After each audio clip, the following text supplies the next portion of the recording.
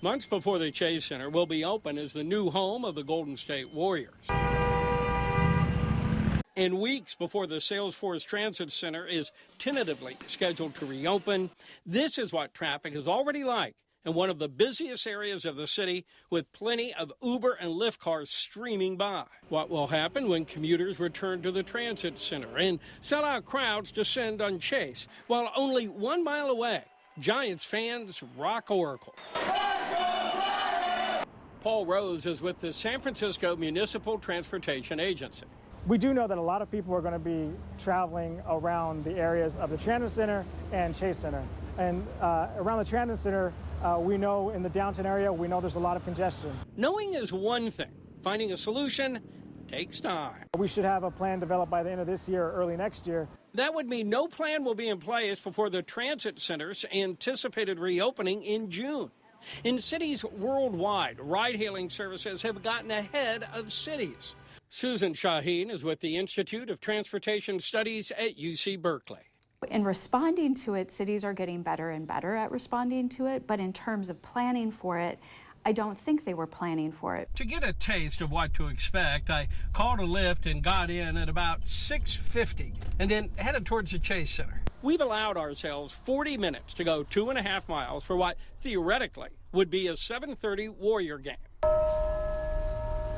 It took 10 minutes to go the first 0.8 of a mile. It didn't get much quicker after that. By the time we hit the Lefty O'Doul Bridge, the Chase Center is nearing our sights. It's now 15 minutes before the game. Now remember, we're just in normal commute time traffic. There's no Giants game or any other major event in the area. The driver picks up speed. We finally arrive 10 minutes before tip-off.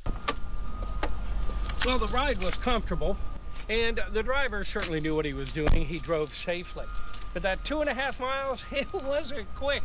It took 31 minutes. A new metro stop is being built in front of the Chase Center. Muni plans to have multiple rail cars on the platform waiting for fans to leave the arena.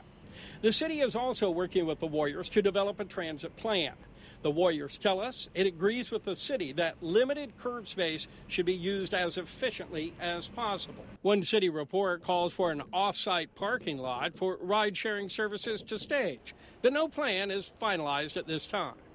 The plan for the Transit Center is part of a citywide plan to better manage curbside space.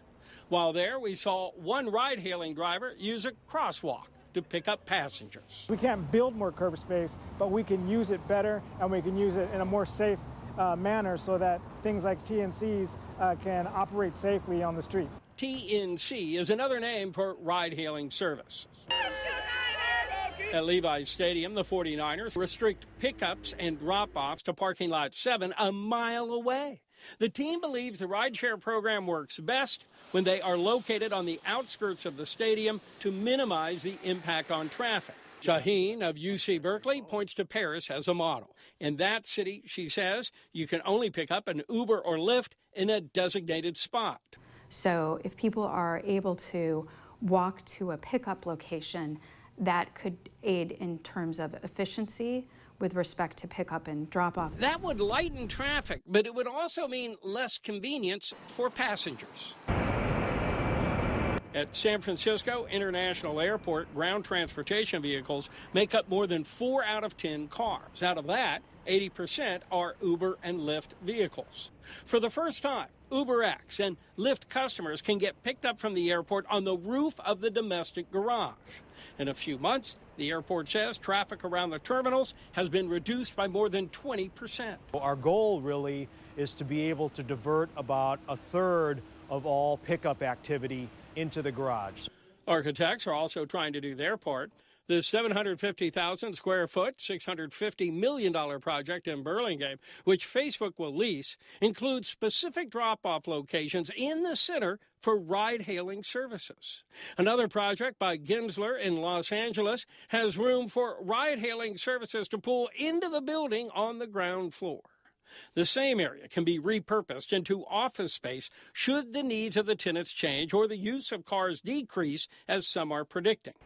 This same concept is likely to be adapted for buildings in the Bay Area as well. So we have larger lobbies, larger spaces in front of the building, in places where cars can pull over and get out of traffic so that they can pick up and drop off passengers safely. Redirecting traffic is also something the city is trying. Ride-hailing services are currently prohibited from picking up and dropping off passengers in areas designated for taxis only, including certain areas of Market Street.